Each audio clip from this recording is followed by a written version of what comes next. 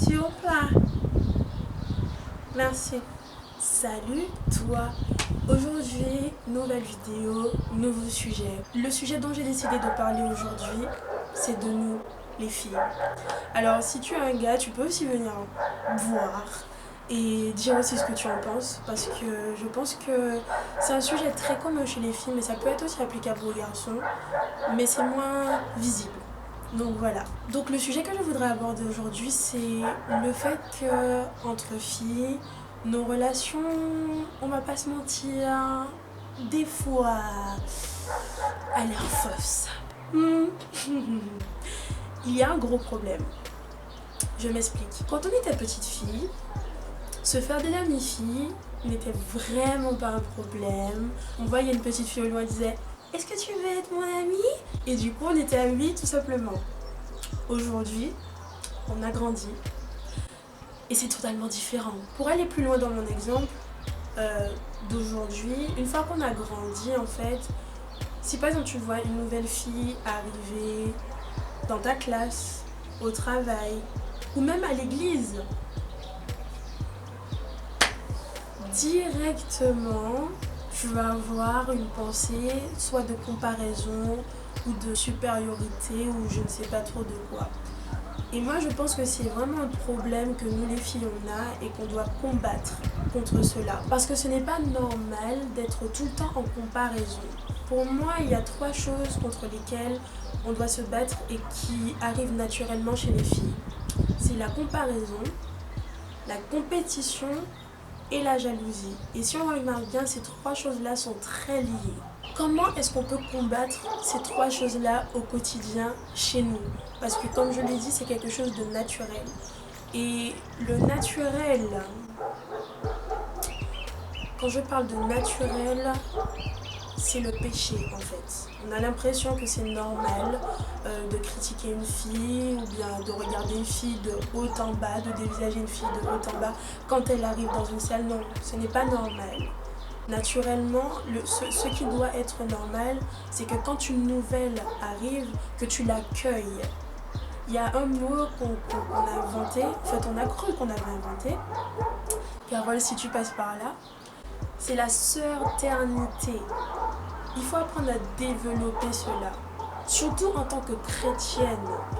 Dans notre milieu chrétien, on doit arrêter de faire des comparaisons, mais au contraire de s'élever l'une envers l'autre. Créons cette sœur-ternité, améliorons cette sœur-ternité. Et encore une fois, c'est lié avec la première vidéo que j'ai faite, qui est sur l'acceptance de soi. Au moment où tu ne connaîtras pas ton identité, c'est là que la jalousie, la comparaison, la compétition aura pleinement place dans ta vie. Connais d'abord ton identité et par la suite tu pourras avoir une relation libre avec tes autres sœurs en fait. Il n'y aura pas de compétition, il n'y aura pas de c'est moi la plus belle ou c'est moi la plus mince.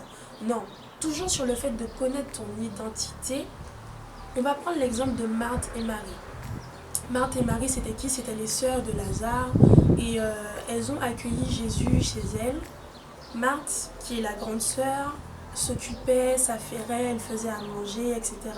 Tandis que Marie, elle était assise et elle écoutait Dieu. Elle écoutait Dieu, elle buvait ses paroles. Quelque chose qui m'a interpellée, parce qu'en fait, on peut interpréter l'histoire de Marthe et Marie sur plusieurs angles. Mais moi, ce qui m'a interpellée, c'est le fait que Marie, elle était assise calmement au pied de Dieu. Elle avait les yeux fixés vers Dieu. Et que Marthe, quand elle n'avait pas les yeux fixés vers Dieu, c'est la comparaison qu'elle a voulu créer entre elle et Marie. Et on voit que quand Dieu a entendu ce que Marthe a dit, puisqu'elle s'est plainte du fait que Marie, elle ne l'aidait pas, elle s'est plainte du fait que, comparée à elle, Marie ne faisait rien, la réponse de Dieu a été extraordinaire. Il lui a répondu: Marie a choisi la bonne part. Comment est-ce que je peux interpréter ça pour le sujet d'aujourd'hui? C'est que une fois qu'on aura les yeux fixés vers Dieu, en fait, on n'aura même pas besoin de se comparer l'une et l'autre. Notre force, ce sera d'avancer ensemble vers le but. que Dieu nous a donné. Notre objectif ne sera plus d'être jalouse l'une envers l'autre. Notre objectif ne sera plus de se comparer, mais notre objectif sera d'avancer ensemble. Parce qu'il y a mieux à faire que de se comparer. La meilleure chose qui peut nous arriver, c'est d'être soudés et d'avancer ensemble. Dieu nous a donné l'opportunité de vivre sur cette terre. Il nous a donné aussi l'opportunité d'être une femme, parce que beaucoup pensent que être une femme n'est pas une opportunité, mais c'est une opportunité. Dieu a créé la femme, il a créé l'homme. Les deux sont une bénédiction. En résumé, ce que je pourrais dire, c'est de rester soudés, garder les yeux fixés vers Dieu. En gardant les yeux fixés vers Dieu, tu sauras ton identité. Et en plus de ça, tu n'auras plus besoin de te comparer à qui que ce soit, mais avancer et aider les autres à avancer. J'espère que ce sujet vous a aidé. En tout cas, moi, il m'a aidé parce que il y a beaucoup de choses que j'ai comprises et que il faut... En fait, le tout, c'est de comprendre, c'est bien, mais mettre en pratique, c'est encore mieux. Donc, je vous encourage vraiment à mettre en pratique la sœur-ternité. Donc, partage, commente et like la vidéo. C'est nature allumée, je vais te demander.